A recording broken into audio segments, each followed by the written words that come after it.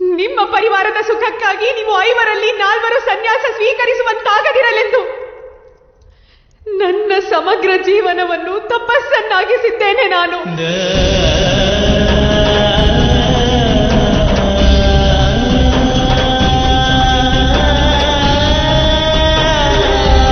ಅರ್ಥಾತ್ ನೀವು ನಿಮ್ಮ ಧರ್ಮವನ್ನು ಪಾಲಿಸಿದಿರಿ. ಆರ್ಯಪುತ್ರ ಯುಧಿಷ್ಠಿರನು ಅಧರ್ಮ ಮಾಡಲಿಲ್ಲ. ಈ ಸಭೆಯಲ್ಲಿ ಕುಳಿತ ಪ್ರತಿಯೊಬ್ಬ ವ್ಯಕ್ತಿಯು ಧರ್ಮದ ಅನುಸಾರ ಕಾರ್ಯ ಮಾಡಿದ್ದಾರೆ.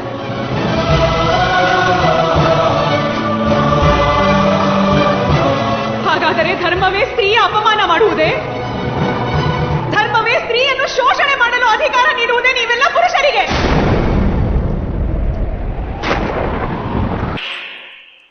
ಮೂರ್ಖ ದುರ್ಯೋಧನ, ನಾನು ಯಜ್ಞದಿಂದ ಜನಿಸಿದ ಯಜ್ಞಸೇನಿ. ಹಾಗೂ ಅಗ್ನಿಯನ್ನು ಎಂದಿಗೂ ಕಟ್ಟಿ ಹಾಕಲಾಗುವುದಿಲ್ಲ. ನನ್ನನ್ನು ನೀನು ದಾಸಿ ಮಾಡಿಕೊಳ್ಳಲಾರೆ, ಏಕೆಂದರೆ ನಾನು ಅದನ್ನು ಸ್ವೀಕರಿಸ